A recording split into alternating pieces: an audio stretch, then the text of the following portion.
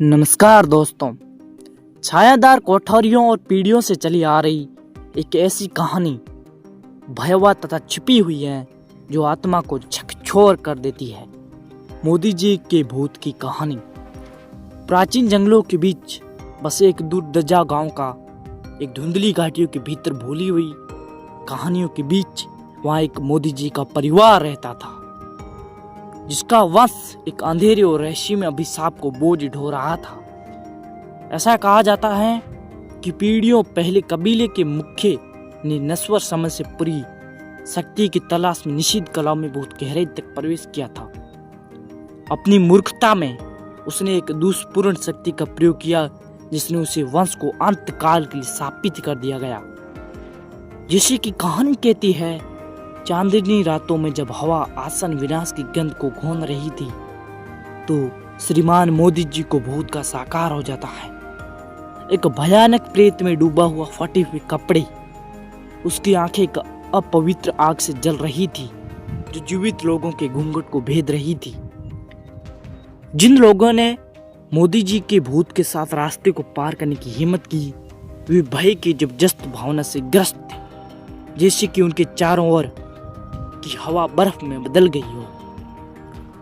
कुछ लोगों की ओर दावा किया कि उन्होंने अपने गर्दन पर इसकी बर्फीली सांसें महसूस की थी, जबकि अन्य ने कसम खाई कि वे रात भर गूंजती हुई खोई आत्मा की शोकपूर्ण चीखें सुन सकते थे। रात भर आत्मा चीखती थी, उनको डरा रही थी, लेकिन यह केवल रात के अंधेरे में ही नहीं था कि नरेंद्र मोदी भूत ने अपनी उपस्थिति दर्ज करवाई। तूफानी शामों में जब तामसिक देवताओं के क्रोध की तरह गड़गड़ाहट होती थी और बिजली आग के सांपों की तरह आकाश में नृत्य करती थी, तो वो आकृति भूत की दिखाई देती थी। बहुत डरावनी आकृति थी। उसका रूप टिमटिमाती छाया में मुड़ता और विकृत होता था।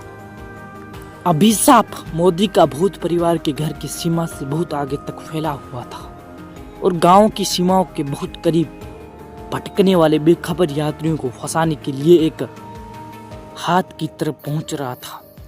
कुछ लोग उन अहस्या भटकने वालों को बारे में फुसफुरा रहे थे जो बिना किसी निशान के गायब हो गए, अचानक रातों रात गायब हो गए।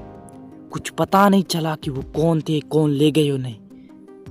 उनके भाइयों को भूतिया पितामह के डरावने सबसे सील कर लिया।